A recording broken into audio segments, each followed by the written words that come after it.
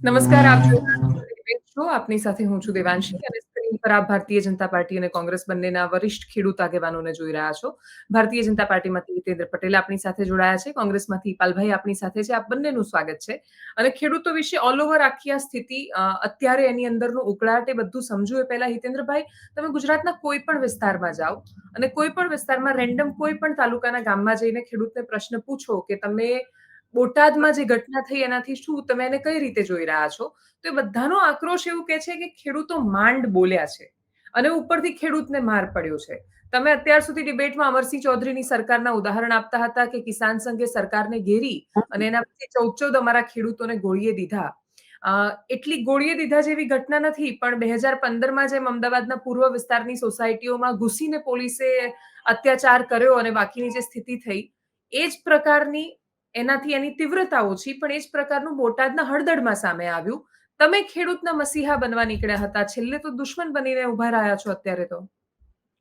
જો આપણે ભારતીય જનતા પાર્ટી કાર્યકર્તા તરીકે હું એવું માનું છું કે આ જગતમાં પોતાની માગણી માટે, પોતાની રજૂઆત માટે વાત કરવાનો દરેકને અધિકાર છે યોગ્ય ફોરમમાં. ખેડૂત તો જગતનો તાજ છે, એને તો પોતાની વાત કરવાનો, છાતી કાઢીને ચાલવાનો અધિકાર છે જ છે. અને બોટાદની જે ઘટના છે એને સખત શબ્દોમાં વખોડું છું. ખેડૂતો માટે જે સમસ્યા હતી એના માટે એ લોકો વાત કરવા માટે ભેગા થયા હતા. પણ આખી એ વાતમાં ખેડૂતોએ પહેલા દિવસે માર્કેટ યાર્ડમાં જે રજૂઆત કરવાના લોકોની ક્યાંક ક્યાંક બની બેઠેલા એમના આગેવાનોની વાત પણ વ્યાજબી હતી. અને એટલે અમે પણ, હું એ દિવસે ત્યાં ધંધુકા માર્કેટ યાર્ડમાં મારું એક કાર્યક્રમ હતો, ત્યાં હતો. ધંધુકા વિધાનસભામાં 5 મંડળો બોટાદના આવે છે, રાણપુર શહેર, બરવાડા શહેર ને. તો બધા લોકો સાથે ચર્ચા કરી હતી. તો એમની લાગણી હતી કે ભાઈ આ કડદા પ્રથા છે, અથવા ખેડૂતને દૂર સુધી નાખવા જવું પડે છે, અથવા પૈસામાં વહેલું મોડું થાય. તો આ બધી બાબતો સાથે અમે સંમત બિલકુલ હતા. અને ત્યાંથી જ મેં એના ચેરમેન સાથે પણ વાત કરી હતી. ધંધુકાના ચેરમેન તો સાથે જ હતા, ચેતનસિંહજી. અને સરકારમાં પણ વાત કરી હતી કે ભાઈ આ ખેડૂતોની લાગણી ને માગણી વ્યાજબી છે. એમાં આખા ગુજરાતમાં ક્યાંક ક્યાંક આવી નાની નાની ઘટનાઓ છે, એમાં બોટાદની મુશ્કેલી થોડીક વધારે હતી. અને એ આર્ટિફિશિયલ મને લાગે છે કે મેનેજમેન્ટ જે હતું એપીએમસીનું, એની પણ થોડી બેદરકારી જણાતી હતી. એટલે એ બાબતે મને જગદીશભાઈએ તાત્કાલિક સમગ્ર રાજ્યના માર્કેટ યાર્ડોને અને ખાસ કરીને બોટાદને પણ, અને કપાસનું જ્યાં મોટું ટ્રાન્ઝેક્શન, એને સૂચના આપી હતી કે ભાઈ આમાં તમે તાત્કાલિક કંઈક જોઈ લો, અને કોઈ પણ પ્રકારની ખેડૂતની કોઈ ફરિયાદ આવે તો આપણે ચલાવવાની નથી, એ ખેડૂતનું લાયસન્સ રદ કરો. તો આના કારણે મોટાભાગનું ત્યાં પતી ગયું. તમે જુઓ કે બે ઘટનાઓ. ખેડૂતો ક્યારે કોઈ દિવસે કોઈ કાયદો હાથમાં લે અથવા કોઈ પણ પ્રકારનું ચોરી કરે, ખોટું કરે, એવું ક્યારે બનતું નથી. આ પાલભાઈ સાથે મારે આ મુદ્દે અનેક વાર ડિસ્પ્યુટ પડ્યા છે. હું કહું કે આમાં ખેડૂત ખોટા હતા, એટલે પાલભાઈ કે ખેડૂત ખોટો ના હોય, તો હું પણ કહું છું ના હોય.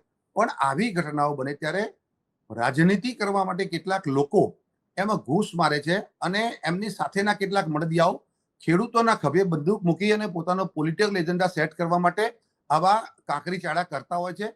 આજે સાબિત એટલા માટે થાય છે કે પહેલા દિવસે આ વાત પતી ગઈ, અને બીજા દિવસે જ્યારે જે ગામમાં ત્યાં બન્યું, તો એના સરપંચનું સ્ટેટમેન્ટ છે કે ભાઈ આ અમારો આમાં સખત વિરોધ છે, અમે આમાં નથી. તમે ફરિયાદ જુઓ તો મોટા ભાગના લોકોના, સુરેન્દ્રનગરના લોકોના સામે ફરિયાદ થઈ છે. આજે પણ માર્કેટ યાર્ડ ધમધમતું થઈ ગયું છે. કોઈ ખેડૂતને રોકવાનો એમને પ્રયાસ કર્યો તો ક્યાંય રોકાવાના નથી. ખેડૂતની લાગણી સાચી હતી, માગણી સાચી હતી, એમનો અધિકાર હતો, પણ એનો ઉપયોગ રાજકીય આથા બનવા તરીકે થયો. અને એટલા માટે એમનો એજન્ડા બોટાદ માર્કેટ યાર્ડમાં સેટ ન થયો, એટલે બાજુમાં સુરેન્દ્રનગરથી આખું ટોળું લઈને આવ્યા અને વાતાવરણ દોડવાનો પ્રયાસ થયો. સામાન્ય રીતે અમારા એક પ્રવક્તાએ કીધું હતું કે ખેડૂતોએ આવું ના કરવું જોઈએ, એટલે એની સામે કેટલાક ફોન ચાલુ થઈ ગયા. અને બિચારા એનો આ ખેડૂતોનો વિષય નહોતો ને, એટલે પકડાઈ ગયા. બાકી ખેડૂતોના સ્વરૂપમાં તમે એડ્રેસ જો પોલીસ ફરિયાદમાં, તો બાકીના બધા લોકો આ જ હતા.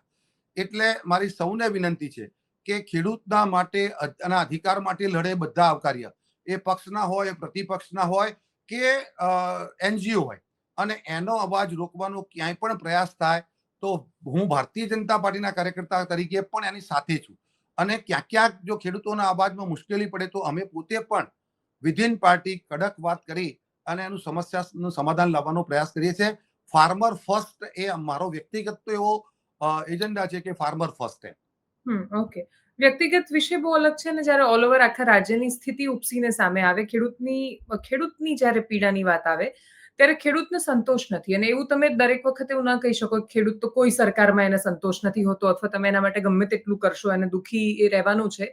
એવું નથી. જ્યાં ખેડૂતને મળે છે ત્યારે એ બહુ જ ખુલ્લા હાથે એના વધામણા કરે છે.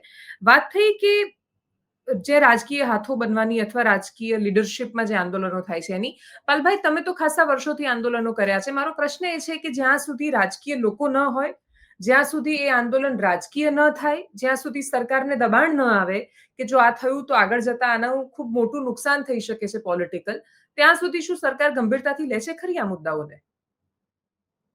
દેવાંશીબેન, મારો આજ સરકારમાં અનુભવ છે. કારણ કે હું જ્યારથી આંદોલન કરું છું ત્યારથી ગુજરાતમાં તો એકની એક સરકાર છે. અને એ જે હું અત્યારે સંપૂર્ણ રાજકીય પાર્ટીનો પદ બધું જ બાજુએ મૂકી અને ખેતરે જ બેઠો છું. એટલે ખેડૂતના દીકરા તરીકે તમને કહું, એક નહીં અનેક અનુભવો છે. જ્યાં સુધી સરકારને, દાખલા તરીકે જમીન માપણી વાળો જે પ્રશ્ન છે, એ જ્યાં સુધી પિકઅપ ઉપર સુધી ન આવ્યો ત્યાં સુધી સરકારે એને સ્થગિત ન કરી. બરાબર છે. એટલે જયારે સ્થગિત કરી ત્યારે 12,000 ગામો એના ભોગ બની ગયા. પાક વીમા કૌભાંડમાં પહેલેથી અમે કહેતા હતા, આ હિતેન્દ્રભાઈ સાથે જ મેં લગભગ 50 ડિબેટ પાક વીમાની કરી હશે ને અમે કહેતા હતા કે પાક વીમામાં કૌભાંડ થાય છે. પછી જયારે એના પત્રકો સામે મૂક્યા અને હાઈકોર્ટ સુધી જયારે અમે ગયા, એટલે પાક વીમાના કૌભાંડનું જે પાયાનું જે કાર્ય હતું, એટલે કે પાક વીમાના પત્રકો એ પકડાયા પછી જ સરકાર એમાં ક્યાંક ને ક્યાંક શું કહેવાય નયમી અને નિર્ણય બદલાવ્યો. એટલે આ બહુ સિસ્ટમેટિકલી બોલવું કંઈક. દાખલા તરીકે હું બીજું ઉદાહરણ આપું બેન. માનનીય કૃષિ મંત્રી શ્રી રાઘવજીભાઈ પટેલે આ હમણાં ચોમાસું સત્ર ગયું એને એના આગલા સત્રની અંદર બહુ સ્પષ્ટ કહ્યું છે કે અમે જે ખેડૂતોને નેનો બોટલ આપવામાં આવે છે ખાતરની, બરાબર છે, આ કોઈ બોટલ આપતા પકડાશે તો એને અમે જેલમાં નાખશું. આ સ્ટેટમેન્ટ છે, વિધાનસભાની અંદર છે. બરાબર છે. અને જોયા જેવું એ છે કે નેનો કોઈ ખાનગી કંપની ઉત્પાદન કરતી નથી. સમજાય છે બેન? કૃષિ મંત્રી વિધાનસભામાં એમ કહે છે કે કોઈ નેનો જો વેચતો પકડાશે તો અમે જેલમાં નાખશું. અરે ભાઈ, વેચનારને શું કામ જેલમાં નાખો છો? સરકાર પોતે જ પ્રોડક્શન કરે છે, બંધ કરી દો ને. એટલે જોયા જેવી સરકારની નીતિ રીતિ જે છે એ બોલવું કંઈક, અને જ્યાં સુધી દબાણ ન આવે ત્યાં સુધી એમાં સરકાર કંઈ કરતા કંઈ એક્શનમાં આવતી નથી. જે આજ કરદાવાળી મેટર છે, દાખલા તરીકે આજ કરદાની મેટરમાં આજથી 3 વર્ષ પહેલા અમે એક લડાઈ કરી હતી, ત્યારે એ સમય પૂરતો આ કરદો બંધ થયો હતો બેન. બરાબર છે. ત્યાર પછી આ પહેલો વિડીયો જે આવ્યો છે, જે કરદા બાબતે 80 રૂપિયા એક મણે ટ્રેક્ટરમાં ઓલો ખેડૂત ના પાડે છે, અને એ વિડીયો જે ખૂબ વાયરલ થયો, એ જે ખેડૂત છે એ અમારા કિસાન કોંગ્રેસના ત્યાંના ચેરમેન પ્રતાપભાઈ ડોડિયાનો રિલેટિવ છે. એટલે પ્રતાપભાઈ અને આખી ટીમે ત્યાં કલેક્ટરને રજૂઆત કરી હતી. બરાબર છે. ત્યાં આ માર્કેટિંગ યાર્ડમાં આ જ બાબતે 8 તારીખે સમાધાન પણ થઈ ગયું છે. પછી 10 તારીખે ફરીથી ત્યાં કાર્યક્રમ થાય છે. અને એ કાર્યક્રમમાં જે હિતેન્દ્રભાઈ હમણાં કહ્યું એમ, બરાબર છે, મૌખિક વાત તો આવી જ ગઈ હતી. તો મારો સવાલ એ છે સરકારને કે તમે મૌખિક તૈયારી દેખાડી હતી, ભાઈ તમે લેખિત શું કામ ના આપ્યું? તમારે મૌખિક આ પાડે છે ત્યાંના માર્કેટિંગ યાર્ડના ચેરમેન પ્રમુખ, બરાબર છે, તો મૌખિક તમે 8 તારીખે હા પાડતા હતા, તમે મૌખિક 10 તારીખે હા પાડતા હતા, તો લેખિત તમે આપી દીધું તો આ પરિસ્થિતિનું તો નિર્માણ જ ના થયું હોત. આ પરિસ્થિતિના નિર્માણ કરવામાં સરકારની ક્યાંક ને ક્યાંક શું કહેવાય મેલી રમત છે. સરકારે જો 8 તારીખે જયારે પ્રતાપભાઈ ડોડિયાની આખી ટીમ ગઈ ત્યારે 10 તારીખે રાજુભાઈ કરપડાને પાછા ત્યારે પ્રતાપભાઈ ડોડિયા એમની સાથે આખી ટીમ ગઈ ત્યારે, બરાબર છે, જો આ સરકારે લેખિતમાં જ આપી દીધું હોત ત્યારે તો આ પ્રશ્નનો ઉભો જ ના થયો. ત્યાં નિરાકરણ આવી ગયું હોત, તો રાત્રે ધરણા કરવાની જરૂર ના પડત, તો આ બીજી કોઈ કરતા કોઈ વાત ના આવત. બરાબર છે. એટલે તમે મૌખિક આ પાડો છો તો લેખિત આપવામાં તકલીફ ક્યાં હતી ભાઈ? ઓકે. મારો હિતેન્દ્રભાઈ એ જ સવાલ છે કે મૌખિક જાહેરાત થાય છે, પ્રેસ કોન્ફરન્સ થાય છે, એવું કહેવામાં આવે છે કે ખેડૂતોને 5 કિલોમીટરની બહાર નહીં લઈ જવા દઈએ. ચેરમેને બાંહેધરી પણ આપે છે કે જે કડદો કરશે વેપારીને અમે એનું લાયસન્સ રદ કરીશું.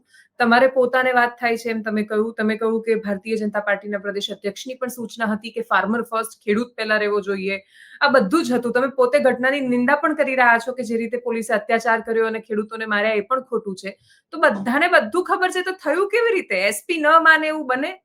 ચેરમેન ન માને એવું બને? એ લોકો એટલા મોટા થઈ ગયા છે? બેન, આ આખી વાતમાં બોટાદ માર્કેટ યાર્ડના જે સંચાલકો છે એને સૂચના આપવાની વાત છે. સમગ્ર ગુજરાતમાં કોઈ પણ જગ્યાએ આવું ના બને એવી સેન્ટ્રલી સૂચના આપી હતી.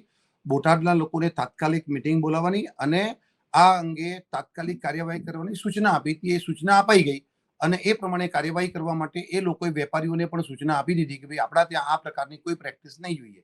એટલે એ વિષય પૂરો થઈ ગયો. ના લેખિત વિષય તો એમ 3 વર્ષ પહેલા પૂરો કરાવ્યો હતો પાલભાઈએ, પણ ચાલુ જ હતો ને. બેન, લેખિત કોને આપવાનું?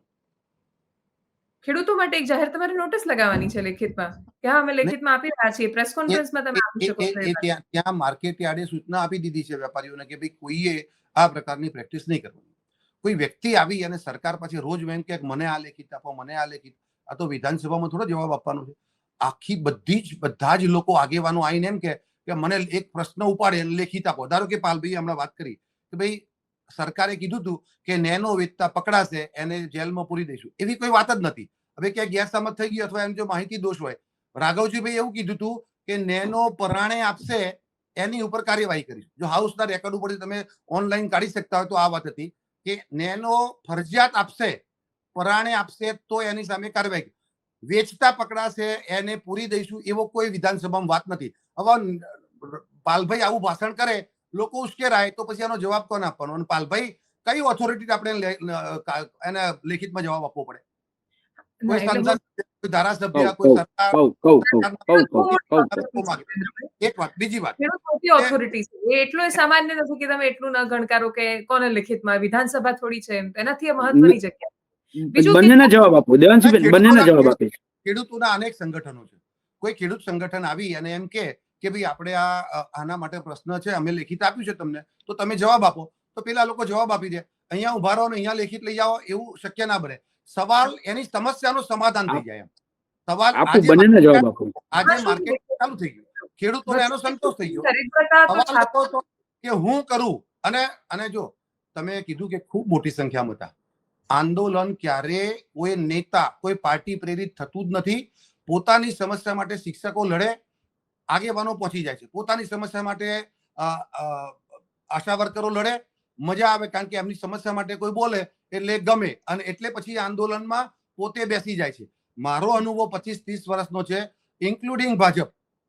આંદોલન સ્વયંભૂ પોતાની માગણી થાય એમાં એક આક્રોશ હોય છે અને પોતાના માટે જે પણ વાત કરવા આવે ને, પણ પછી એની ઈચ્છા એ આંદોલનની સમસ્યા માટે નથી હોતું.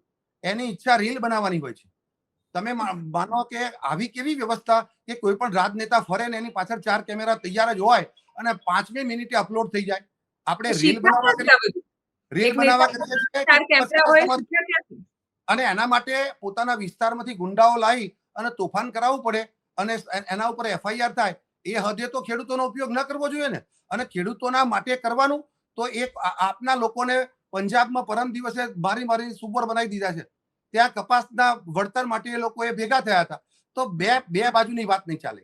તમારે અહીંયા 300 મણ ખરીદ આવી છે, આપણા સમયમાં તો ખરીદવાની વાત જ નહોતી કરી. એટલે બે મોઢાની વાત નહીં ચાલે ખેડૂતો માટે. તમે 18% વ્યાજ લઈને ખેડૂતોને ચૂસ્યા છે અને આજે પાછા ખેડૂતોને હાવી બનાવશો. તમે 10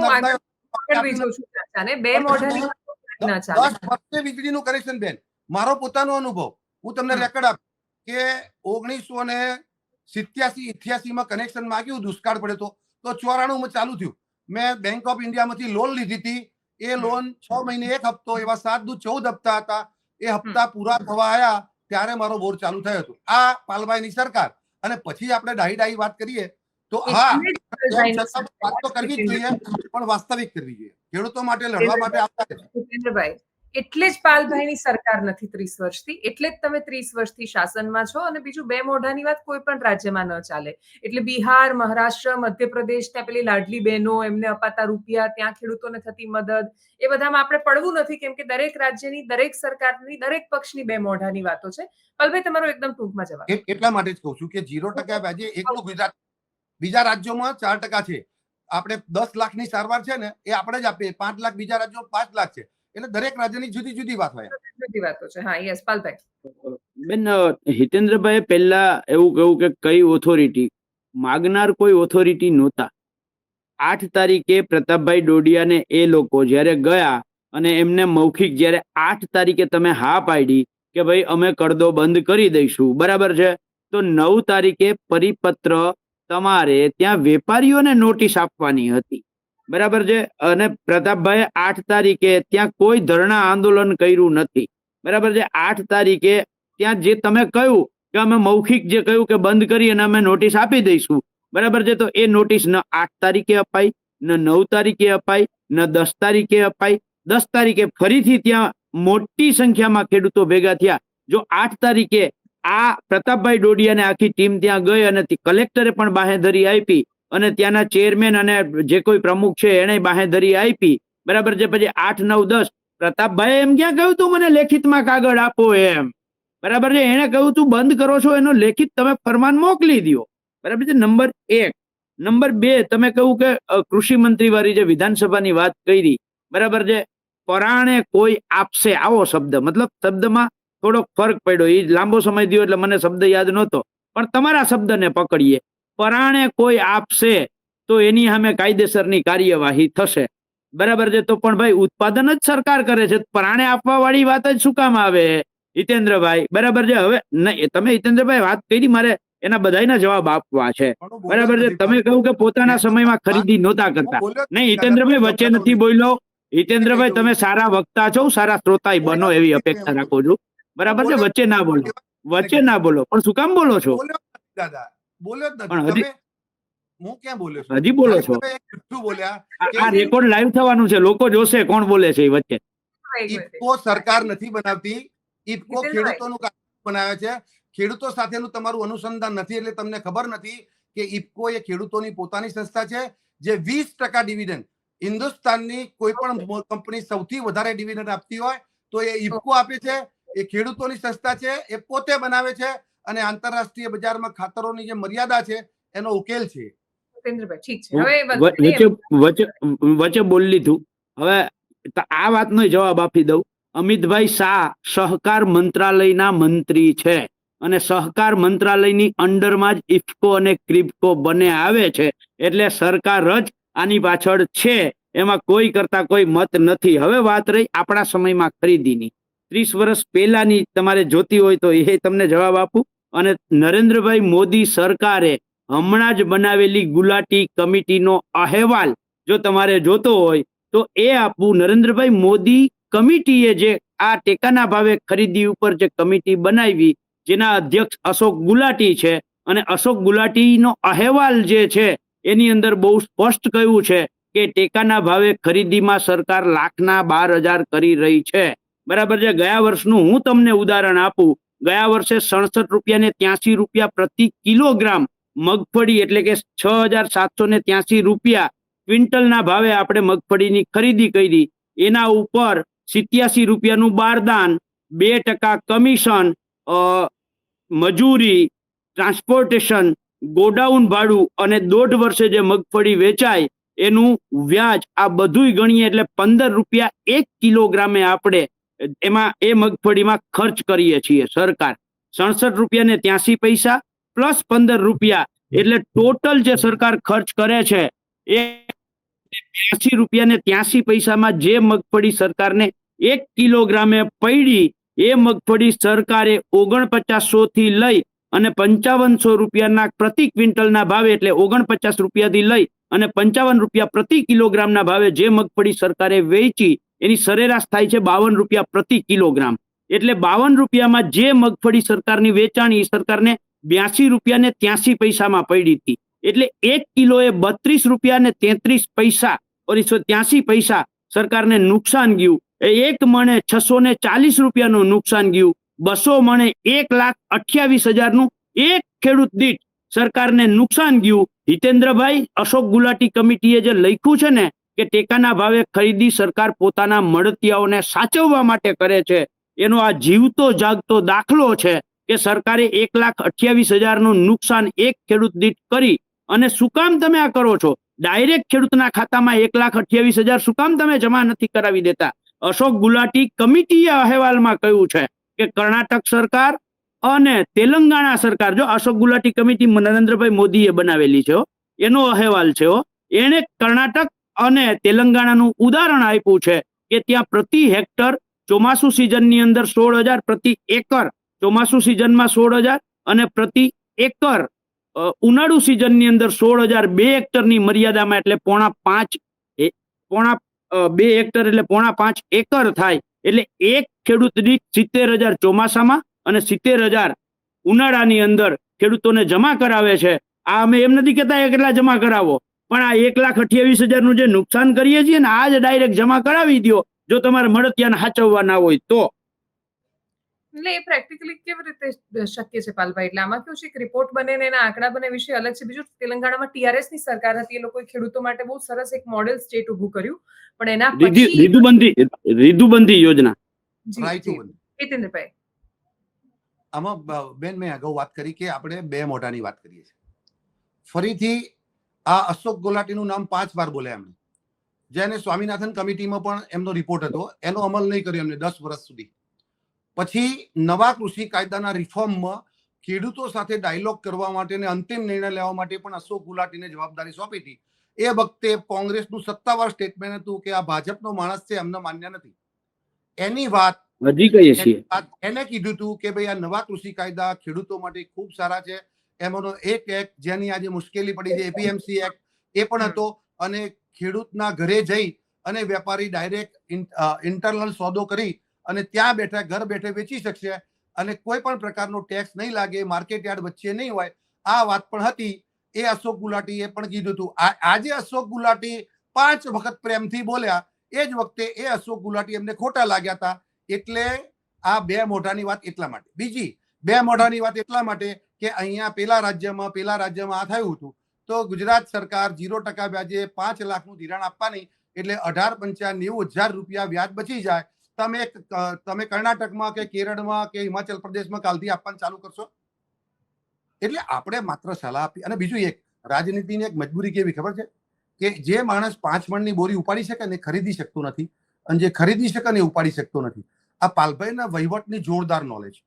તમે પાક વીમાની વાત કરો તો એના બધા, તમે પેલી માપણીની વાત તો બધા લાંબા બધા ક્લોઝ બતાવે, પણ સાલું આ પહોંચતું નથી.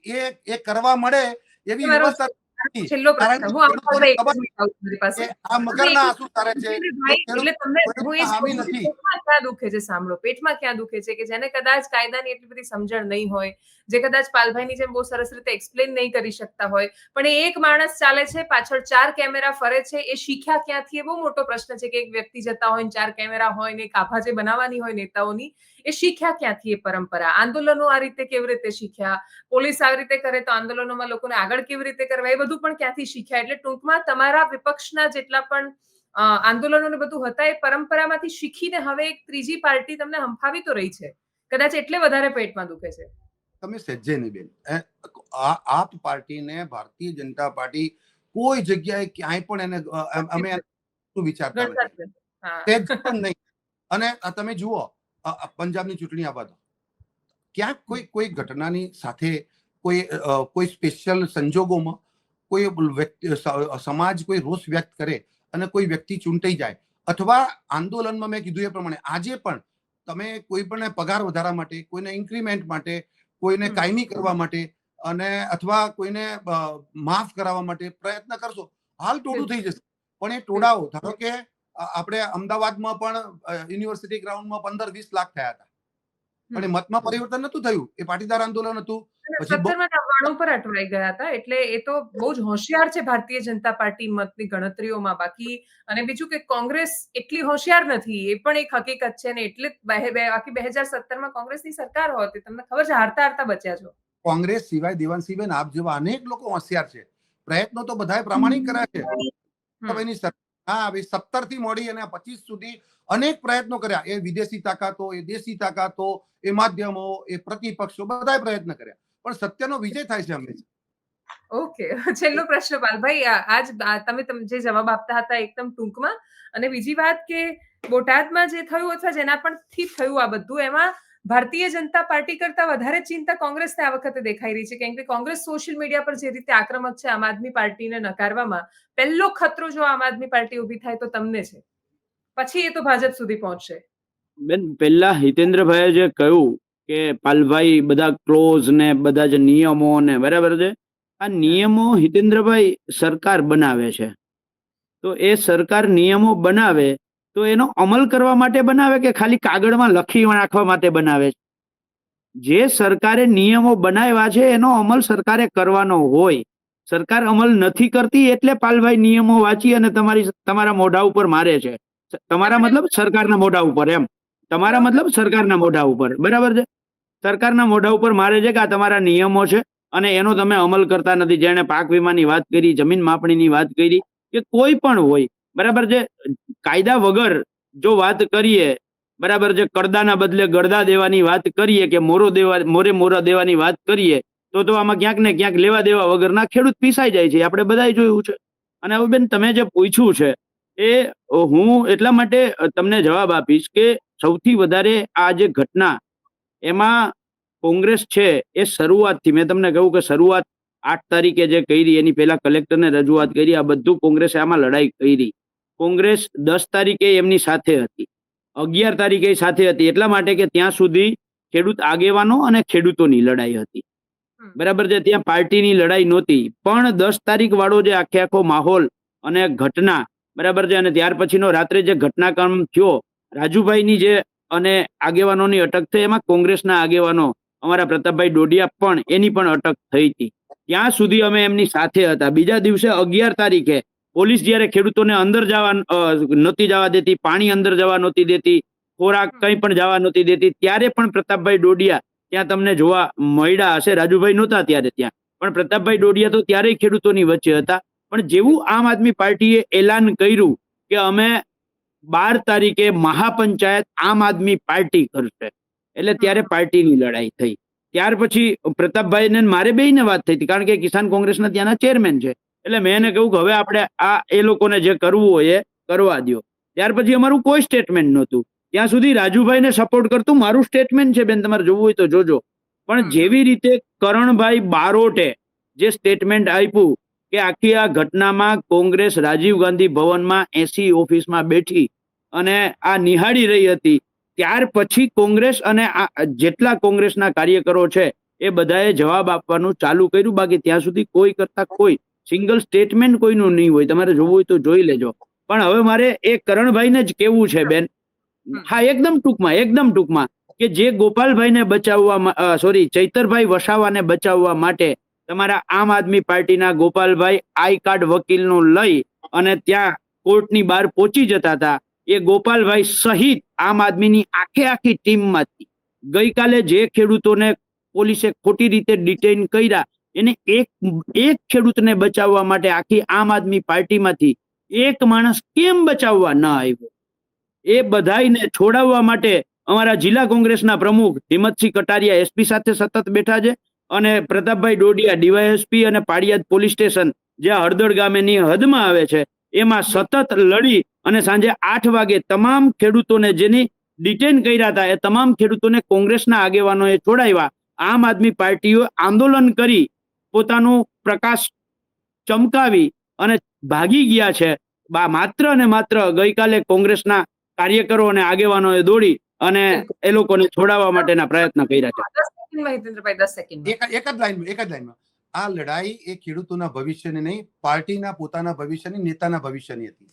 એ પાલભાઈએ કીધું, भविष्य लगेगी आग तो आएंगे सभी के घर जद में, यहाँ पे सिर्फ हमारा मकान थोड़ी है, એવું ત્રણેય માટે છે અત્યારે તો. Thank you so much for joining us. Thank you so much. નમસ્કાર.